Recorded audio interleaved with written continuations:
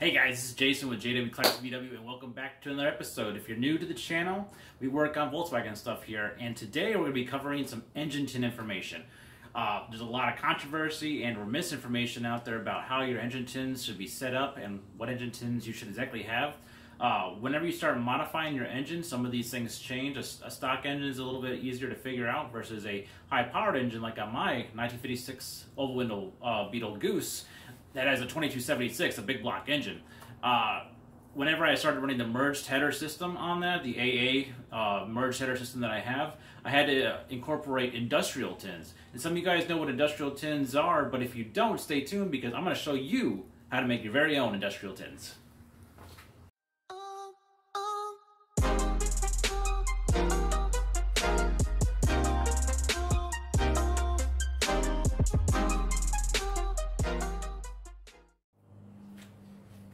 So to start off with the industrial tin itself, you can see that I have some on here already. I actually purchased these industrial tins through Awesome Powder Coating. I will link them down in the description below. Let's say you don't want to make your own, go ahead and check them out because they're not super expensive.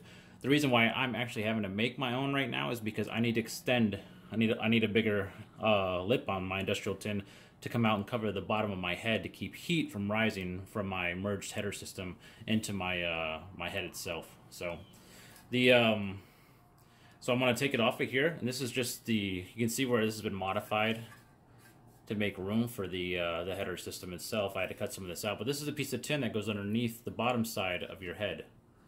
So I'm going to take off the industrial tin, and I'm going to mock it up on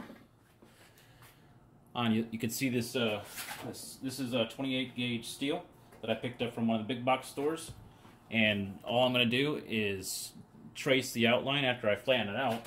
I'm going to trace the outline of this industrial tin onto this right here and extend it far enough to where I need it to be to actually cover the bottom of my cylinder head. So let's go ahead and take a look at that.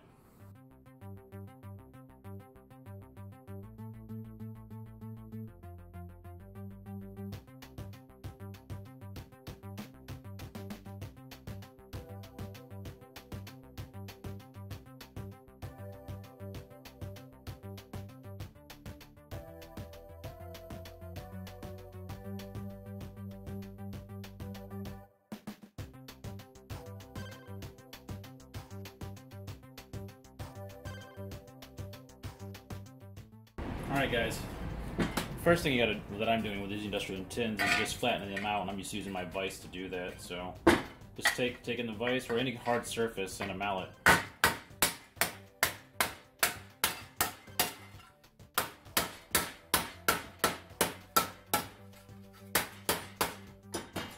Or if you got body tools, you can use body tools too, but I don't have any body tools yet. Alright, cool. Now they are different sizes based on the cylinder side that you're working on. So I'll bring you guys up so I can show you that. Okay. So your cylinder tins, the industrial tins, are different sizes. And let's go ahead and outline this one. Just a little bit different sizes because one side has an additional piece of tin on the tray, your thermostat side, so your thermostat side is going to be the smaller one. I think that's right. I think it's the thermostat side. You can see that one sheet is actually going to work to make both of these. So here's your outline of the industrial tins. I marked 1 through 12 across. This is a 12 by 12 sheet that you can pick up from either Home Depot, Lowe's, or wherever you guys want to get it. But you can see that this sheet itself is perfect size to do your industrial tins. The points right here in the markings are where you would have where you would actually this would be your cut point for a stock industrial tins.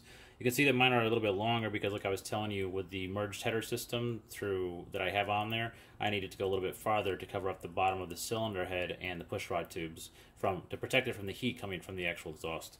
Now I'm going to go ahead and try to cut this with my tin snips and see how that goes. Oh yeah, no problem.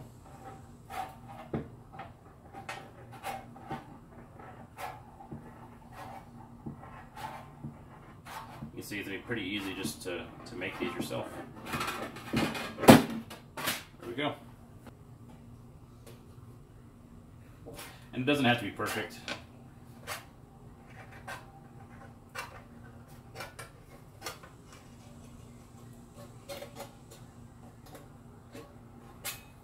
You could do a thicker gauge if you want to too, but you can see that it's a lot easier to work with this 28 gauge material than, let's say, like a lot thicker gauge.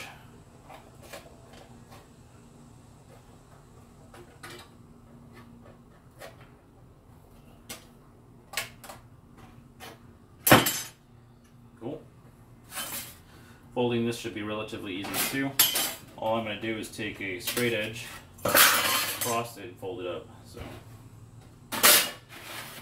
welding should be simple too. I just have to make sure I'm on a low enough setting to where I don't burn through it.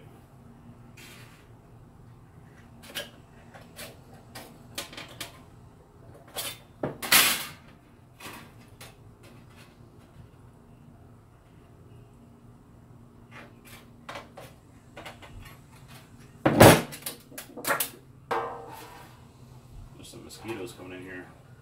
Fan's about to go back on here in 2 days because it is super hot.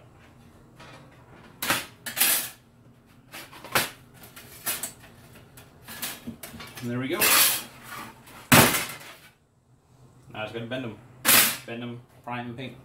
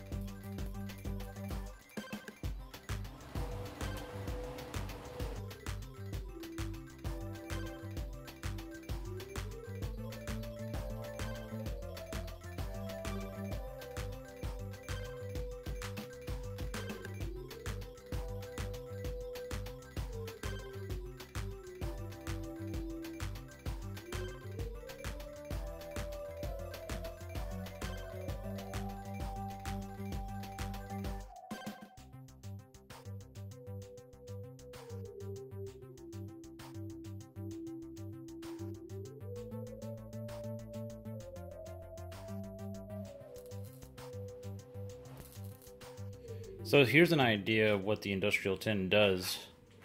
You can see with the merged header how the pipe comes around the backside here, and I wanted to extend it so that it would cover up the whole bottom of the push rods, the push rod tubes. And now whenever the air is being forced out, it'll be channeled out right underneath the cylinders and the head area.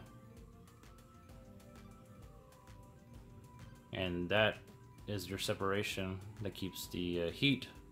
And it's not that much, but once I put the high temperature primer and high temperature paint on there, it'll keep it from at least some heat. It'll keep some of the heat from going up into the push rods and push rod tubes. It's better than it was before, because before it was like it only went to like right here, and then all this heat would rise up into there. And I don't have any damage or anything like that, but what we're trying to do is prevent any potential damage from extended heat coming from your engine. The welds don't look super pretty, but Once it's all painted and stuff, you're not going to see so much of it. So, but there we go. That's the idea.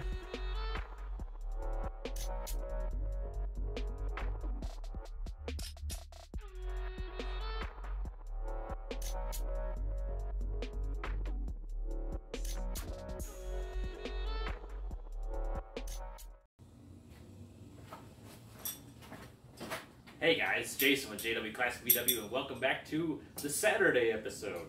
First off, what not to do? What not to do with your brand new parts? Let's say, for instance, your push rods. You get some new push rods, and they are covered in a coating. They are covered in a black coating. That black coating will come off. So what not to do? What not to do? Let me show you guys what not to do. What not to do? Don't get so super excited and start dropping in your brand new push rods into your engine, because this coating needs to come off, guys, because as soon as this thing heats up the temperature, it's going to take that coating right off, and guess where it's going to end up? Inside your engine oil galleries, and we don't want that, do we? No, we don't want that. No. So how do we fix it?